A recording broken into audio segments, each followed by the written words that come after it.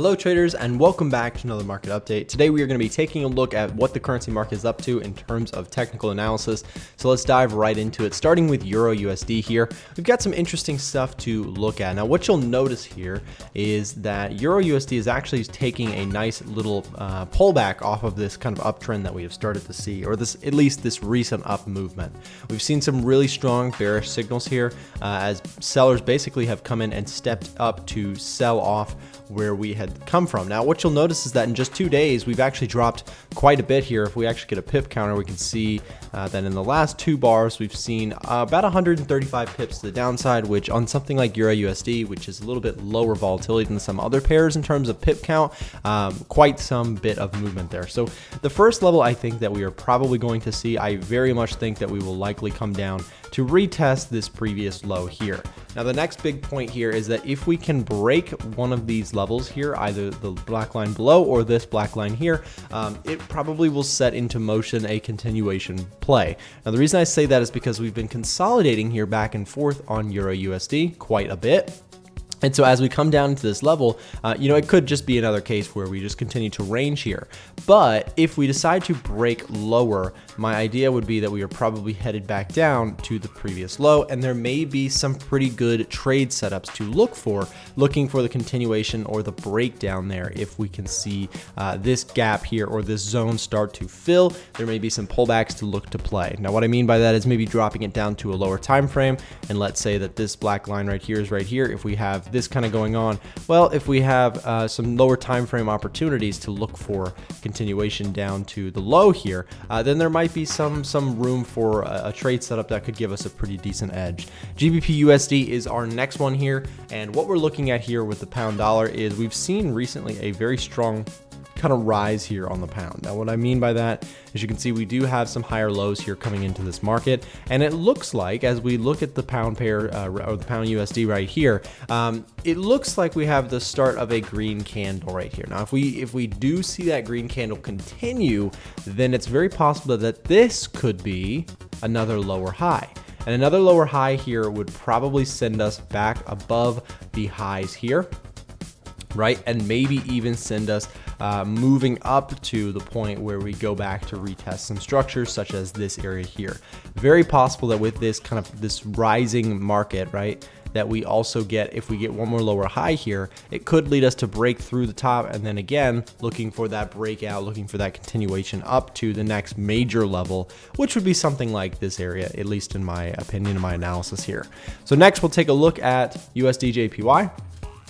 So dollar yen here, very, very choppy pair right now, not super decisive on where it wants to go. What you'll notice is that we went massively to the downside, we went spiking all the way back up, and now we started to see price kind of bleed back down to the downside.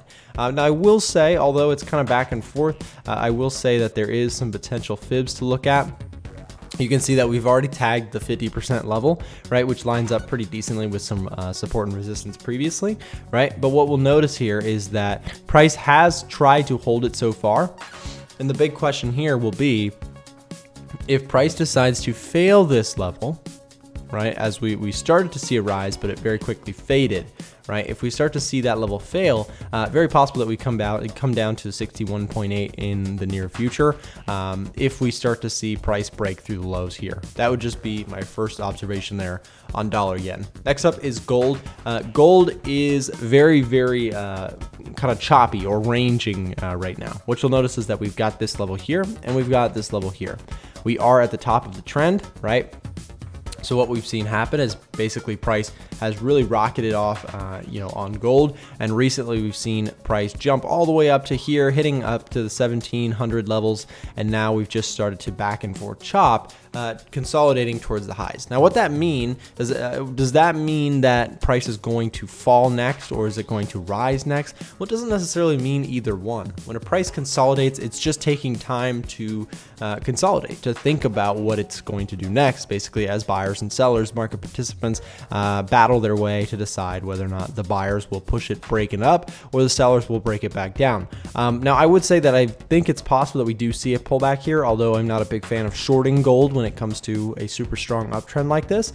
But I think it's very possible that we could see price make a bigger move to the downside, which might even lead to a nice little setup here, right? So something like this, looking for the breakdown, there might be some trade setups to look for if we were to break down through that level. From there, I like the idea of looking for a pullback here to this level, which also combines nicely with the 61.8, I believe, or close to it, right? You can see there's the 61.8. So we have this general area of support that may make for a decent trade. So that's just a personal trade that I'm looking for to see if we can get that.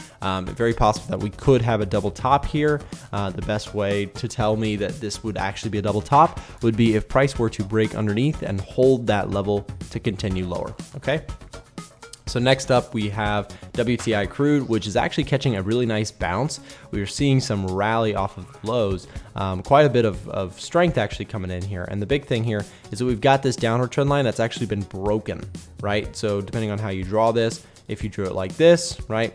If you're looking at this trend line, or if you're drawing like this, right? Or if you're drawing it like this, all of those have been broken by those definitions of drawing the trend line. And so what that shows is that there is some buying pressure here. There's some strong buying. You can actually see 1, 2, 3, 4, 5, 6 green candles in a row there, definitely showing that price is basically in the control of the bulls for now, right? We are coming into a key level though, which is why I wanted to talk about this pair especially, is this level here, okay? And this is kind of a standard trend continuation level, meaning that as price comes down, right, we do something like this.